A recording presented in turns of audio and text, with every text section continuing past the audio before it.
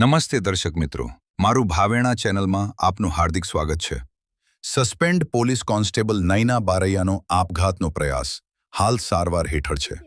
Suspend પોલીસના constable Nayana બારૈયાએ DYSP Rimaba Jhala ઉપર મૂક્યો ગંભીર આરોપ અહેવાલ। કિરણભાઈ ચૌહાણ, ભાવનગર।